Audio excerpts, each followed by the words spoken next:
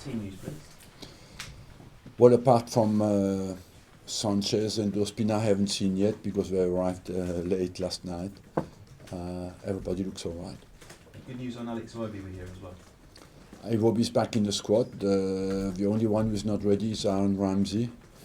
He's on a good way, but not completely ready for tomorrow nor Tuesday. Of course, 2 new signings as well. How have they both adapted to the club? Very quickly and very well.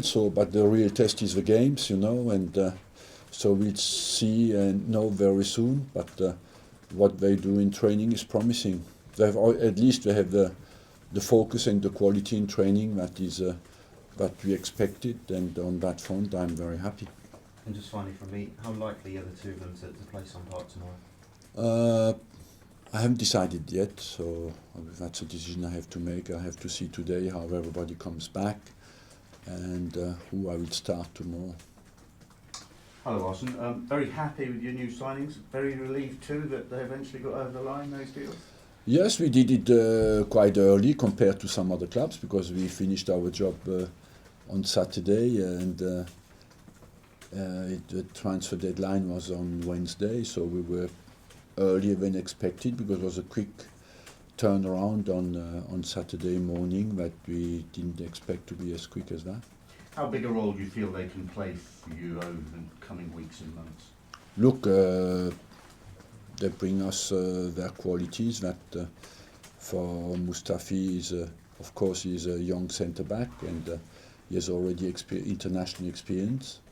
And Lucas Perez is an interesting striker who is versatile, can play on the flank, but especially through the middle, and can score goals, but as well can provide a good number of assists.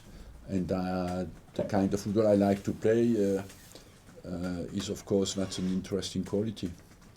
Jack Wilshere's low move to Bournemouth, I wanted to just ask you about it and what you make of if he does play a little further forward. You'd be quite happy with that if he's got a slightly more attacking role in the team? Yeah, personally, it's where I prefer him. I think Jack Wilshere is a world-class player, has a great football brain, understands everything that's going on the football pitch, and he's the most dangerous when he plays when you give him the ball in the final third.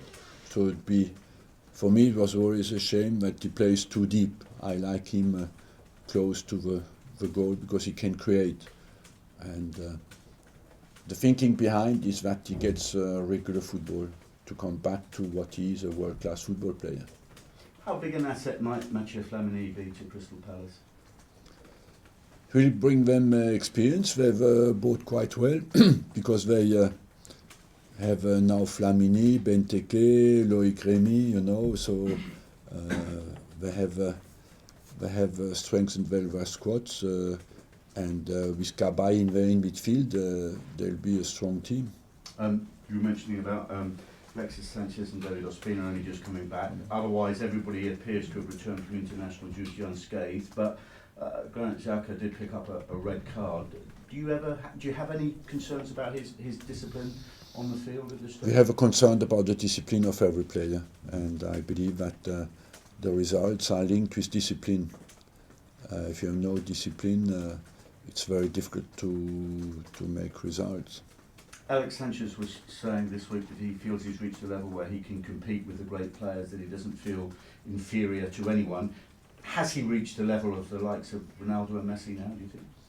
Look, that's what you want him to do, but the Ronaldo and Messi have done that for years, so the consistency of their performances speaks for them. I hope Alexis can get that. He's ambitious, and of course he is a guy who wants to win every single game, so it's good to have that kind of ambition to be the best. He has the potential and the quality, and it's just up to him to show that.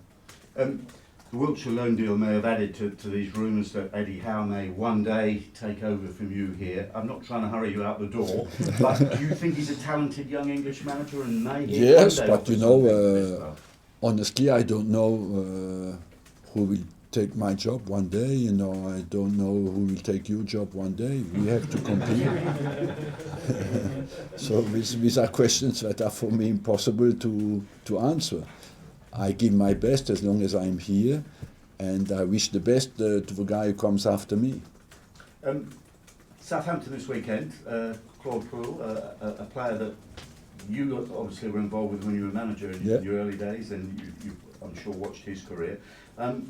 How well do you feel he can do in the Premier League? What skills does he have? He has now a good experience because he's over 50 and has worked a long time in France.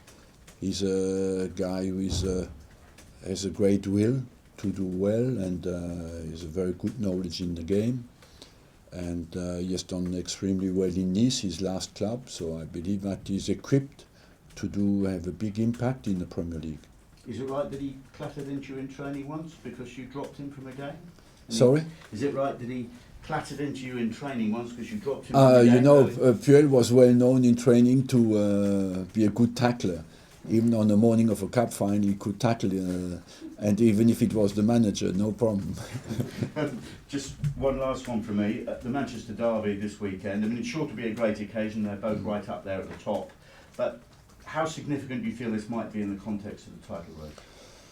Look, the two teams have started well, so it will have more psychological impact than a mathematical impact. You could say that the team who will win tomorrow will be straight away branded as the new favourite to win the Premier League in May, but it's a bit early. But it will be interesting to watch. I'm like you, I'm keen to watch that game and see a little bit what kind of strengths and weaknesses come out of two teams. Just very quickly, I suppose it'll be billed as the two managers, but we shouldn't forget it's really the two teams, isn't it? Of course, it's about the performance on the pitch, you know, and that will be decisive. We know by experience that on this kind of dates, most of the time, it's the big players who make the difference, and that's what you want to see tomorrow. Clearly, just on the subject of the Manchester derby, you're going to be preparing for your match at 3 o'clock, but just give us a bit of an insight. Do you actually then go home, you'll watch the whole 90 minutes of that Manchester derby? Yes, I will watch the game again, yes. And what particularly will you be looking out for in a game? Look, most of the time, the turning points of a game, you know, because normally people after the game speak only about the results, but we know inside the game that there are some turning points where the guy missed the final ball or where he was offside. If he had not been offside, they would have been 1-0 up. And the potential of the teams as well, the organisation, the decisions of the managers during the game, all these kind of things, you're relaxed enough to observe it. You talked about your new signings earlier on. Is this the most versatile squad that you've had at Arsenal for quite some time in terms of going forward? I would say it's the most mature squad I had for a long time, because they are men, you know, they are not 19, 20-year-old players. They are 24, 27, 28, and the whole squad is quite mature. And it's the first time for a long time where I have a team of what you call men ready to compete.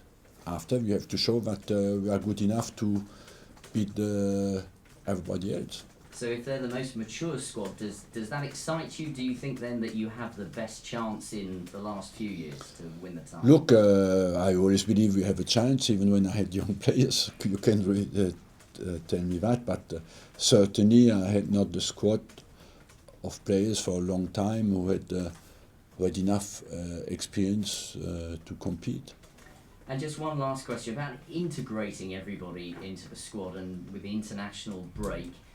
Is it sometimes frustrating that you can't spend enough time getting all your players into the system and the organisation that you want early season, that you're always playing catch-up? Yes, that's a little bit the problem at the top-level competition now. You have not enough time to practice, and you have many competitions, but now the players, I can focus on the players who stayed here for the 2 weeks and see how everybody comes back, maybe rest a few, and because we play again on Tuesday.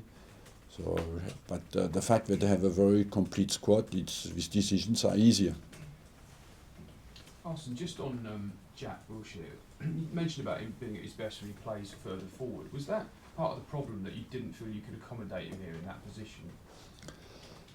Look, Jack, we had a chat together, and he himself was concerned that he would not get enough competition early enough, because he feels ready to play. I couldn't guarantee that as well, so that's why we thought that's a decision. I thought that it looked logical to give him time to really come back to a competitive level. At some stage you need competition, and I couldn't guarantee him that. Was the challenge for him then, all the injuries that he's had in the last few years, to play 30-35 games, show he can play? Exactly. The challenge for Jack is to play the games, yes. I mean, because when a first team of age 24 goes out on loan, you could look at it and say, well, his career's kind of in the balance here. Is that how you see it? Or do you No, not at all. No. You know, he wanted games, and I can understand his desire, and I felt it was a logical decision. Let's not forget that last year he didn't play, and so he's in a position where you need games. You cannot be out for, not compete for 2 seasons and then wanting to be at the top level. So it's important for him that he gets the number of games this season. He's got less than 2 years left on his current deal. Do you intend to offer the new one? I hope personally that he stays his whole career here. So what will decide the contract? Will it be how he gets on this season at Bournemouth? No, I think how he gets on. He's a world-class player. He doesn't have to show me that he has the quality to play at Bournemouth, just that he can back to a regular competitive level. And just one on Alexis, how much of a risk do you think it will be to chuck him in after the flights and the travel and the game? That's a decision I have to make, because we play Tuesday night, so I will see. I have to make that decision in the next 24 hours. Thank you very much.